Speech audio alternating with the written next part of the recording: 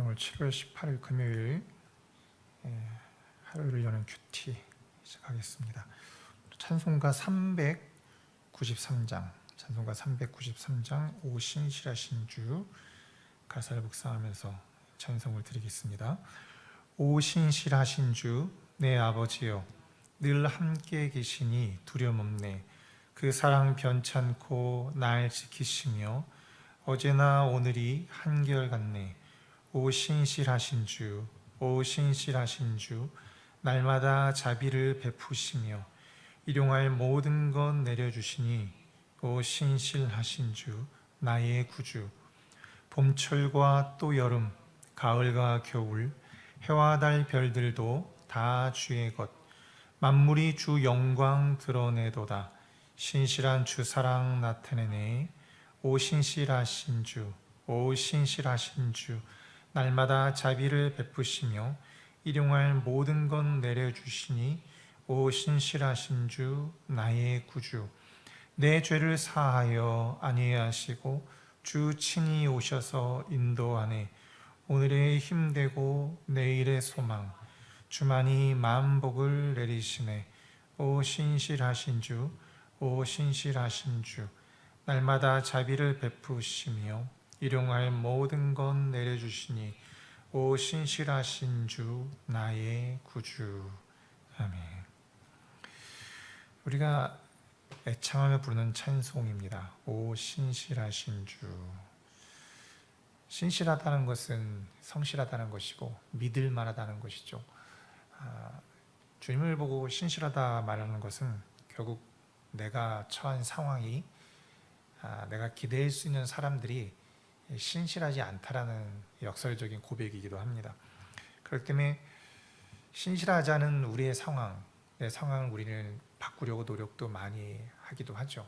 그러나 잘 바꾸면 또 그 다음에 또 어려움이 있고 또 그 다음에 문제가 늘 있는 것 같습니다. 그래서 우리는 이런 상황을 바꾸려고 노력하며 살아가지만 그 마음의 중심에는 가장 중요한 모든 상황 속에서 함께 하시는 하나님, 이 모든 상황 가운데 신실하게 나를 붙들어 주시고 함께 하시는 그 하나님께 초점을 맞추는 것, 그런 마음의 중심을 지키는 것이 더 중요한 것이 아닌가 생각이 듭니다. 오늘 하루를 살아갈 때 또 내 인생 속에서 분명히 신실하지 못한 그런 많은 곤고함과 어려움이 분명히 있을 것입니다. 그러나 우리는 그 속에서 지지 않습니다.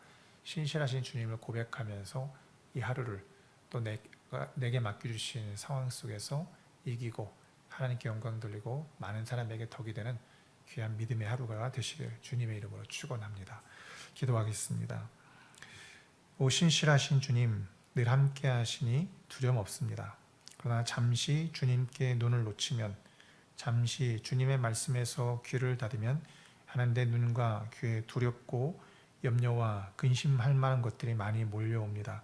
신실하지 못한 상황들이 내 마음을 잡을 때가 많이 있습니다. 하나님, 그 속에서 다시 한번 신실하신 주님만 바라보게 하시고 그 속에서라도 함께 하시고 인도하시는 주님의 은혜만을, 주님의 말씀만을 붙들고 살게 하여 주시옵소서.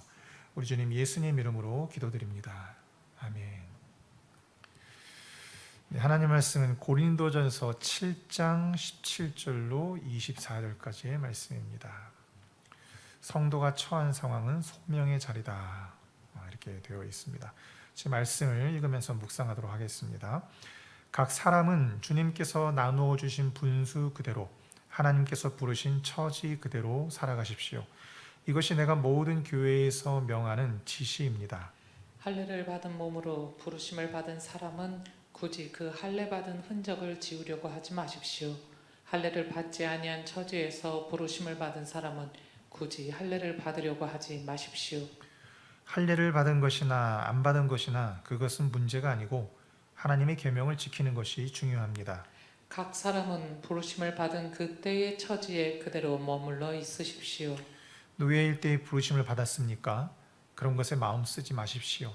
그러나 자유로운 몸이 될 수 있는 기회가 있으면 어떻게 해서든지 그것을 이용하십시오. 주님 안에서 노예로서 부르심을 받은 사람은 주님께 속한 자유인입니다.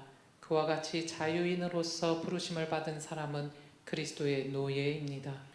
여러분은 하나님께서 값을 치르고 사신 사람입니다. 그러므로 사람의 노예가 되지 마십시오. 형제자매 여러분, 각각 부르심을 받은 그때의 처지에 그대로 있으면서 하나님과 함께 살아가십시오. 아멘. 고린도전서 말씀을 우리가 계속 보면서 고린도 교회의 문제들, 특별히 이제 성적인 문제들, 삶이 무너지는 몸에 대한 부분들을 많이 강조하면서 그 부분을 들여다봤습니다. 근데 오늘 말씀은 그것과는 조금 한두 걸음 물러서면서 성도 모두가 갖고 있는 근본적인 부분에 대해서 진단을 하고 있어요. 그 근본적인 부분은 무엇인가 하면 내가 처한 상황이에요. 내가 처한 상황에 만족을 갖는 사람은 참 드물 겁니다. 그럼 그 속에서 우리는 어떻게 해야 되는가? 우리는 또 하나님을 믿고 의지하면서 그 상황에서 벗어나기를 원하고 그 상황이 잘 되기를 바라는 이제 기도를 할 때도 많이 있습니다. 오늘 말씀은 바로 그런 부분에 대한 것이에요. 내가 처한 상황, 그 속에서 신앙한다는 것, 신앙을 간다는 것은 어떠한 의미가 있는지 이야기합니다. 바울은 한 가지 우리 귀에 쏙 들어오는 말로 결론을 말합니다. 그것은 바로 무엇이냐면 처지 그대로 살라 말합니다. 처지 그대로. 그래서 17절 말씀해 보니 하나님께서 부르신 처지 그대로 살아가십시오 라고 되어 있고요. 20절 말씀에서는 사람은 부르심을 받은 그때의 처지에 그대로 머물러 있으십시오. 그리고 24절 저 끝에는 부르심을 받은 그때의 처지에 그대로 있으면서 하나님과 함께 살아가십시오. 이렇게 되어 있습니다. 처지 그대로 살아가라 말해요. 이렇게 말하니까 이것은 마치 운명을 그대로 다 수용하는 운명론적 사고 같고, 사회에서 내가 태어난 삶의 불합리함이나 어려움이나 아픔까지 다 그대로 두고 살라는 그런 유약한 말씀 같아 보이기도 합니다. 그러나 그렇지는 않습니다. 여기서 처지 그대로 살아가라는 말 앞에 무엇이 있는가? 부르심이란 말이 있네요. 그러니까 여기서 중요점은 내가 있는 안타까운 상황 그대로 살아가라는 거기에 방점이 찍힌 것이 아니라 그때 하나님이 부르셨는데 하나님이 부르신 그 처지 그대로 살라. 하나님의 부르심에 또 강조점이 찍혀 있는 거예요. 엎어치나 매치나 같다라고 생각할 수 있겠지만 그렇지 않습니다. 보이는 이런 내 삶이 있고 굴레와 같은 것이 있고 아픔의 상황이 있습니다. 나아지기를 원하는 상황이 있어요. 내 눈과 귀에는 그 모든 것이 다라고 생각해요. 하나님께서는 그 가운데서 나와 함께 하시고 나를 구원하시고 나를 인도하십니다. 그것은 쉽게 보이지 않는 믿음의 고백, 말씀에 대한 고백입니다. 그러니 하나의 상황이 있어 우리는 보이는 나를 얼매이고 있는 삶의 족쇄와 같은 것들에 내 모든 마음을 뺏기고 살 것인가, 아니면 그 속에서조차도 내 삶에 들어오셔서 나를 구원하시고 나를 한 발자국 더 움직이시는 그 하나님께 내가 방점을 짓고 살아갈 것인가, 바로 그 문제예요. 그러니까 이것은 똑같은 것이 아닙니다. 하나를 보더라도 어느 부분을 볼 것인가의 문제죠. 바울은 이야기합니다. 하나님께서 부르신 처지 그대로 그 상황 그대로 머물러 있고 살아가십시오 라고 말합니다. 그 처지에 대해서 여러 가지 이야기를 합니다. 할례를 받은 사람, 무할례를 받은 사람. 요즘의 상황 가운데는 그렇게 적절하게 예를 들 수 있는 것이 많지 않은 것 같아요. 다만 그 당시에는 로마가 세계를 다스리던 시대였고 유대교 종교인들은 다 할례를 받고 살았어요. 이방인들은 할례를 받지 않았습니다. 그 가운데 이제 예수를 믿는 사람들은 할례를 받은 사람도 있었고 할례를 받지 않은 사람도 있었어요. 할례를 받은 사람은 차라리 나도 할례 안 받은 저런 로마 사람들처럼 살았으면 좋았을 걸, 이런 생각도 하는 사람은 분명히 있었을 거예요. 또 어떤 사람은 나는 무할례자인데 할례를 안 받았는데 저렇게 좀 고고하고 멋져 보이는 유대인들처럼 할례를 받아야 되나? 이렇게 생각하는 사람도 분명히 있었을 것입니다. 근데 바울은 이야기합니다. 할례를 받은 것이나 안 받은 것이나 그렇게 중요한 것은 아닙니다. 정말 중요한 것은 하나님의 계명을 지키는가, 특별히 바울이 강조한 하나님을 사랑하는, 이웃을 사랑하는 그 계명으로 살고 있는 거가 더 중요한 것입니다 라고 이야기를 해요. 하지만 그렇게 보면은 그냥 단순한 종교적인 문화적인 차원에서 취향일 수도 있으니까 어떤 삶을 택하든지 상관없다 이렇게 받아들일 수 있습니다. 그런데 조금 더 말씀을 나가게 되면 주제가 좀 더 심각해집니다. 내가 처한 상황이 할례나 무할례가 아니라 내가 노예일 수도 있고 자유인일 수도 있어요. 노예는 뭐 그 당시에 로마 시대의 중요한 제도였죠. 우리가 생각하는 것처럼 그냥 무조건 어려운 노예만 있는 것이 아니라 자유인과 같은 노예도 있고 월급을 받고 살아가는 그런 노예 같은 사람도 있었습니다. 굉장히 다양한 노예가 있었죠. 그럼에도 불구하고 로마의 주류 사회에 편입되지 못하고 들어가지 못한다는 데 있어서는 이 노예라는 것은 사회적으로 이렇게 좋은 신분이 아닌 것은 분명했습니다. 근데 내가 노예에 있을 때 하나님께 부름을 받았어요. 그리고 내가 자유인으로 있을 때 부름을 받았습니다. 그럼 어떻게 될까요? 혹자는 기독교가 노예 제도를 정당화한다 그렇게 말을 하는 이들이 있습니다. 이 앞에 부분만 읽으면 분명히 그런 오해의 소지도 있어요. 그런데 사도 바울은 그 부분에 있어서 신앙의 균형을 분명하게 잡고 있습니다.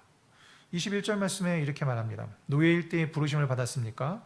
그런 것에 마음 쓰지 마십시오. 그러나 자유로운 몸이 될 수 있는 기회가 있으면 어떻게 해서든지 그것을 이용하십시오. 참 재미있는 표현이에요. 기회가 있으면 어떻게 해서든지 그거를 탁 잡아채라는 거예요. 노예보다는 자유인이 나으니까요. 가난한 것보다는 부유한 것이 낫고, 몸이 아픈 것보다는 건강한 것이 낫고, 외로운 것보다는 함께 있는 것이 나으니까요. 그러니까 기독교는 우리의 삶에 무조건적인 금욕과 고통과 아픔을 요구하지 않습니다. 삶의 즐거움과 아름다움을 분명히 이야기하고 있어요. 그러나 바울은 이야기합니다.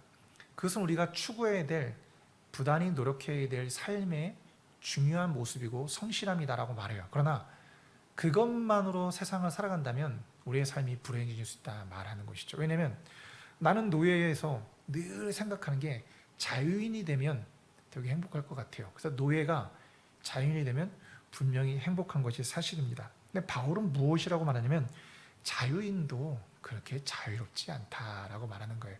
말만 자유인이지 그 안으로 들어가면 또 상하 고하가 다 있는 것이고, 그 속에서 나 또한 노예처럼 살 수밖에 없는 것이 인간의 굴레요, 인간의 현실이다. 이제 그렇게 이야기를 하고 있어요. 그러니 인간은 누구나 내 상황에서 벗어나서 자유를 원합니다. 하지만 어디를 옮기고 어떤 상황이 되더라도 거기에는 자유가 없다는 것이 성경이 우리에게 가르쳐 주는 것이에요. 잠깐의 자유를 맛볼 수 있고 자유롭다 스스로 생각할 수 있지만 그렇지 못한 것이 인간의 현실이라는 것이죠. 그러니 노예이지만 마음은 자유로워서 자유인처럼 살아가는 사람도 있고, 스스로는 세상에서는 자유인이지만 많은 것을 갖고 무엇을 할 수 있는 능력이 있는 것 같지만 결국은 사람의 종 노릇으로 살아가는 그런 노예와 같은 사람도 있다. 바울은 우리에게 가르쳐 줍니다. 그럼 우리는 이런 삶 속에서 어떻게 살아가야 되겠습니까? 답은 하나죠.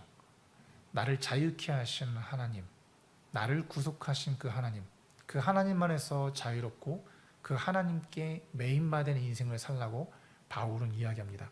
하나님께 메인바된 인생은 겉으로 볼 때는 하나님께 딱 붙잡혀서 자유가 없는 듯한 인생 같아 보이지만 그렇지 않다는 거예요.